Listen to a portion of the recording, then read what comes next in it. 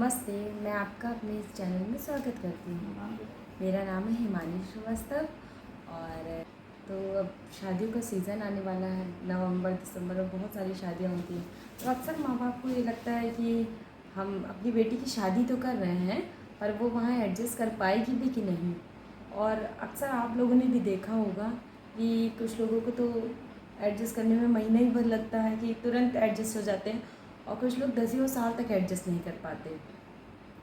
पर हर माँ बाप को ये सपना ज़रूर रहता है कि हमारी बेटी ससुराल में खुश रहे, अच्छे से रहे, सबसे मिल कर रहे। कभी भी कोई भी माँ बाप ये नहीं चाहते कि हमारी बेटी को कोई तकलीफ़ हो। पर हाँ, सबसे बड़ा रोल यहाँ पे लड़की का होता है। तो आज हम इसी टॉपिक पे बात करेंगे कि अपनी फैमिली में कैसे एडजस्ट करें, ससुराल में कैसे एडजस्ट करें, जॉइंट फैमिली में कैसे एडजस्ट करें। तो मैं आपको बताना चाहूँगी कि मेरे साथ क्या हुआ, ये मैं पूरे वीडियो में आपको बताना चाहूँगी। और प्लीज़ आप मेरे साथ जुड़े रहिएगा और वीडियो लास्ट तक देखिएगा। मेरी शादी 29 अप्रैल को 2018 में हुई थी। और मेरी शादी भी जॉइंट फैमिली में हुई है।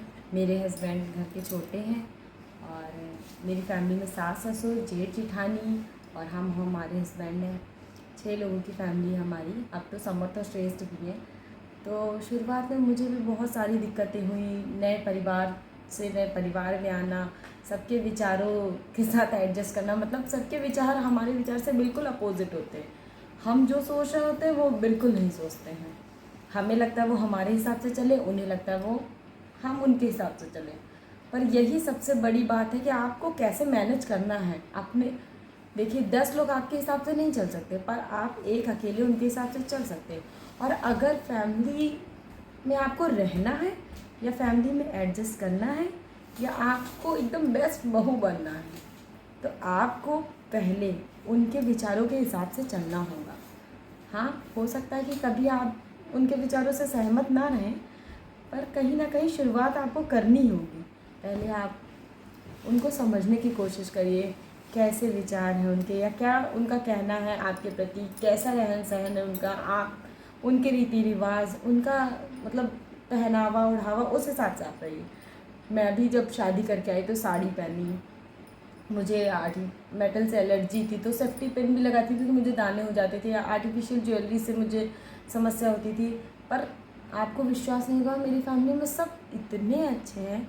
मैंने अपनी सास से बताया, मम्मी मुझे चूड़ी से एलर्जी हो रही है। अब एकदम नई दुल्हन और एकदम से चूड़ी उतार देना, एक एक सिंगल कंगन, या मतलब साड़ी नहीं पहनना, सूट पहनना, तो सबको थोड़ा सा अजीब लगता है। मोहल्ले में सबको अच्छा नहीं लगता है कि अरे इनकी बहू तो बहुत तेज़ है। पर ऐसा नहीं है। आप अपनी बात तो कहिए परिवार वालों से, क्यों नहीं सुनेंगे वो। मैंने भी अपनी सास से बताया कि मम्मी ये सब मुझे दिक्कतें हो रही हैं, दाने निकल आ रहे हैं, या मुझे गले में मंगलसूत्र पहनने से दिक्कत हो रही है। तो मम्मी ने भाई धीमे धीमे वो भी नहीं समझ पाई, क्योंकि एकदम से नई दुल्हन का एकदम से कुछ ना पहनना भी अच्छा नहीं लगता। सब सोचते हैं कि हो सकता है इनको कुछ मिला ही नहीं है, उनके पास कुछ है ही नहीं। पर मुझे मतलब मेरी सास ने बहुत सपोर्ट किया। मुश्किल से 15 ही 20 दिन बीते होंगे कि मम्मी मेरे लिए सूट लेके आई, मेरे लिए, दीदी के लिए, दोनों ही। मेरी जेठानी की भी शादी मुझसे 2 ही महीना पहले हुई थी, और हम दोनों ने सूट पहनना स्टार्ट कर दिया। और फिर धीमे धीमे, अब तो आप लोग देखते हैं मेरे ब्लॉग्स में लोअर टी शर्ट पहनने लगी हूँ। तो फैमिली का सपोर्ट एक तरफा कभी नहीं होता। आप ये समझ लीजिए कि आपने कह दिया हमें लोअर पहनना है, तो ये नहीं कि आपकी ज़िद नहीं होनी चाहिए। परिवार में अगर आप ज़िद करेंगे तो आप कभी एडजस्ट नहीं कर पाएंगे। हमेशा आप अपने विचारों को उनके विचारों के साथ तालमेल बैठाइए। आप अपनी बात को कुछ इस तरह कहिए कि उन्हें वो गलत लगे ही ना। और पहली बात है, कभी ज़िद, गुस्सा, क्रोध करके अगर अपनी बात को आप रखना चाहेंगे, तो कभी भी समझ लीजिए आपकी बात को वैल्यू नहीं दी जाएगी।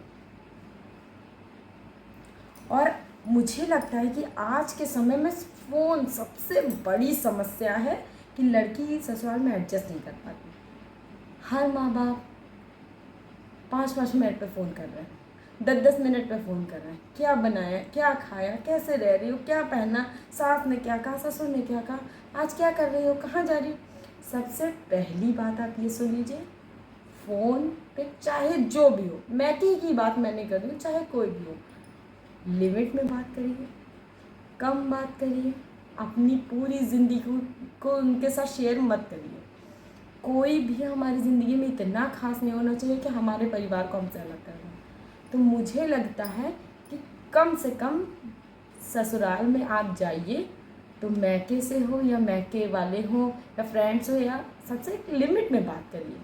कोई ज़रूरी बात हो बिल्कुल करिए, दिन में 10 बार ज़रूरी बात करिए, पर ये नहीं बेवजह हमने आलू की सब्ज़ी बनाई तो हमने दाल बनाई, हमने रोटी बनाई, इस सब पे अगर आप बात करने लगे तो आप समझिए फैमिली, जॉइंट फैमिली क्या, आप न्यूक्लियर फैमिली में एडजस्ट नहीं कर पाएंगे, आप अपने पति के साथ एडजस्ट नहीं कर पाएंगे।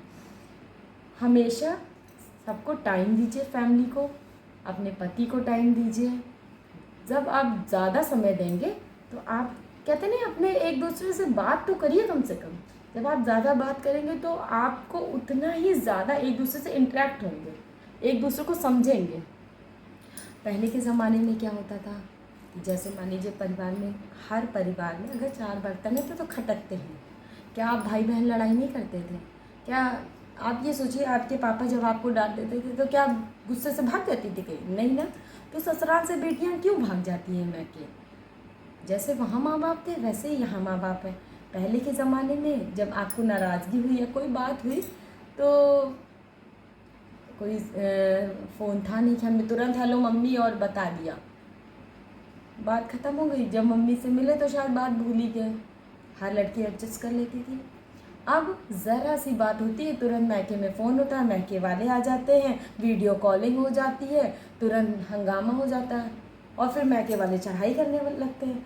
बिल्कुल भी गलत बात है। आप अपनी बेटी के पैर पे खुद कुल्हाड़ी मार रहे हैं।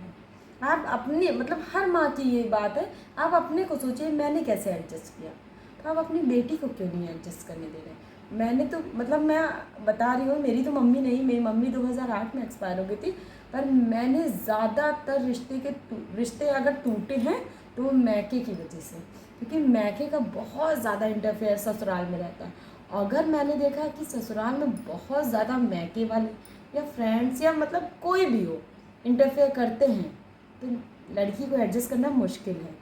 पहली बात है, अपने परिवार की बातें सबसे शेयर मत करिए, आप अपने पति की बातें सबसे शेयर मत करिए। हो सकता है आपको कभी कोई बात बुरी लगे तो आप उन्हीं से कहिए ना, मम्मी आपकी ये बात मुझे नहीं अच्छी लगी, या अपने पति से कहिए कि आपकी ये बात मुझे नहीं अच्छी लग रही।